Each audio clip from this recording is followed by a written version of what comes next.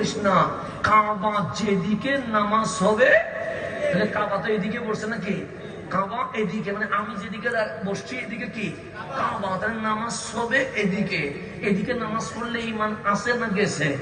কারণ কাবা চেঞ্জ করার কোনো পাওয়ার। সাহাল বিন সাআদ আস-সাইয়্যিদি বলছে রাহমাতুল্লিল আলামিন মসজিদে আসলেন, জোহরের নামাজ আদায় করলেন। জোহরের নামাজ আদায় করে যখন বসলেন, হঠাৎ দূর থেকে বনি আমর বিন আওফ গোত্রের কিছু মানুষ রাসূলের দরবারে আসলেন। ডাক দিয়ে বললেন, ইয়া রাসূলুল্লাহ, বড় বিপদে পড়ে আপনার কাছে এসেছি। আমার কামলিওয়ালা বললেন, বলো না, আমি রাহমাতুল্লিল আলামিন, তুমি যা বলবা আমি নবী শুনতে রাজি আছি।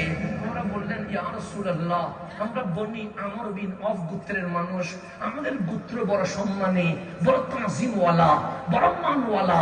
আমার রাসূল বলে, জানি তো, কিন্তু দুঃখজনক হচ্ছে এক সপ্তাহ ধরে নিজেদের ভেতরে হানাহানি বেড়ে গেছে, মারামারি বেজে গেছে, রক্তপাত শুরু হয়েছে। আমার রাসূল বলে, সমাধান হয় নাই, সে সমাধান হয় নাই। মুরব্বীর বিচার যুবক মানে না, যুবকের কথা মুরব্বী শুনে না। রক্তে মদিনার জমিন লাল হয়ে গেছে।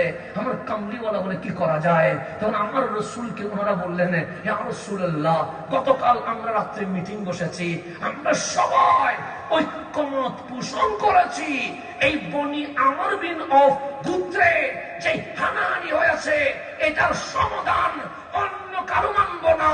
যদি রাসূলে আরবি আমাদের সমাধান দিয়ে দেন, তাহলে আমরা শুধুমাত্র কামলিওয়ালা রাসূলের সমাধান মানব, এর বাইরে কারো সমাধান মানব না।